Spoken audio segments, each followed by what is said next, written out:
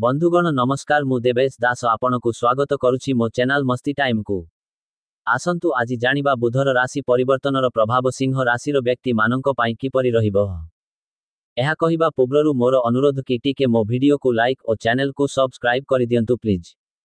ज्योतिष शास्त्र अनुसार वर्ष 2025 सिंह राशि उपरे बुधर प्रभाव जून 2025 सुधा। वर्तमानर समय 21 जून 2025 अनुजाई बुध 22 जून 2025 रे मिथुनरु बाहरी कर्कटरे प्रवेश करुछि एवं 30 अगस्त पर्यंत कर्कटरे रहिबो। इति मध्यरे जुलाई 18 रे बुध वक्र हेबो एवं अगस्त 11 रे एहा स्थान को फेरिबो। जेतेबेले बुध कर्कटरे थाए जहा सिंह पाई 12तम घर सिंह उपरे एहार प्रभाव किछि मिश्रित होई पारे। नकारात्मक प्रभाव खर्च वृद्धि आपणक खर्च बढ़ी पारे जहा आपणकु असुविधारे पकाई पारे।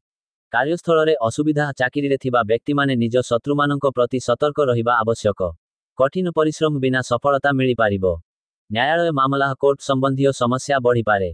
प्रतिबंधक और बाधाविघ्न कौनसी कामरे बाधा उपजी पारे। संपर्क को नहीं मतभेद साथी व्यावसायिक साथी किंबा जीवन साथी अंक सहित विवाद हेबार संभावना रहिछि। सकारात्मक प्रभाव जेतेबेले बुध सिंह रे रहिबो किंबा बुधादित्य जोग गठन हेबो। यह ध्यान देवा गुरुत्वपूर्ण जे केतेक ज्योतिष विश्लेषण मध्य सिंह एवं बुधादित्य राजयोग जेतेबेले सूर्य एवं बुध एकत्र सिंह रे थांती रे बुधर संक्रमण विषय रे उल्लेख करंती जहा सिंह पाई अत्यंत शुभ। तेबे जून 2025 रे बुध कर्कट रे अछि सिंह नुहे। जदि भविष्यत रे बुध सिंह राशि रे प्रवेश करे किंबा बुधादित्य जोग सृष्टि हुए तेबे एहार निम्नलिखित सकारात्मक प्रभाव पड़ी पारे। आत्मविश्वास वृद्धि करंतु आपणकर आत्मविश्वास एवं सृजनशीलता वृद्धि पाइबो। नेतृत्व नेबार सामर्थ्य आपणक स्वाभाविक नेतृत्व क्षमता वृद्धि पाइबो जहा कैरियर उन्नति पाई लाभदायक हेबो। शिक्षा और कला विद्यार्थी एवं सृजनशील क्षेत्र सहित जड़ित लोक माने विशेष भावरे उपकृत हेबे। आर्थिक स्थिति अर्थ प्राप्तिर सुजोग मिलिबो एवं आर्थिक स्थिति सुदृढ़ हेबो। ख्याति आपणक मान सम्मान वृद्धि पाइबो। नुआ कामर आरंभ नूतन व्यवसाय आरंभ करिबा पाई एहा एक भल समय।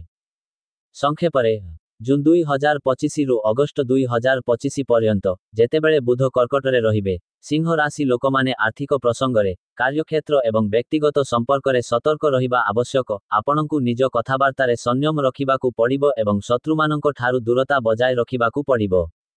तेबे जदि भविष्यतरे बुध सिंह राशि रे प्रवेश करे तेबे एही समय आपणक पाई अत्यंत शुभ एवं लाभदायक प्रमाणित होई पारे। जणे अभिज्ञ ज्योतिषंक द्वारा आपणक जातक विषय रे विस्तृत विश्लेषण करिबा सर्वदा भल, कारण प्रत्येक व्यक्तिंक जातकरे ग्रहमानंकर स्थिति एवं सेमानंकर प्रभाव भिन्न होई थाए।